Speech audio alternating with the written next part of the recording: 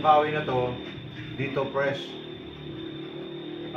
Fresh to pero nagsisindi siya. Hindi katulad sa Manila, kailangan tuyo yung kahoy bago magsindi. Ito, titingnan natin yung ano. Kukuha tayo ng sariwa.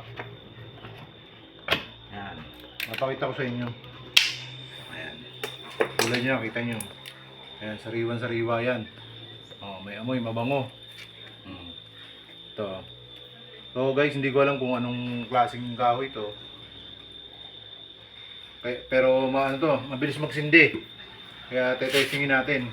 Kasi sabi nila mabilis magsindi ito eh.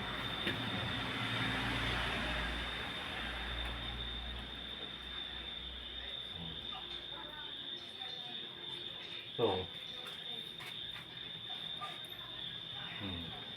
sariwa siya.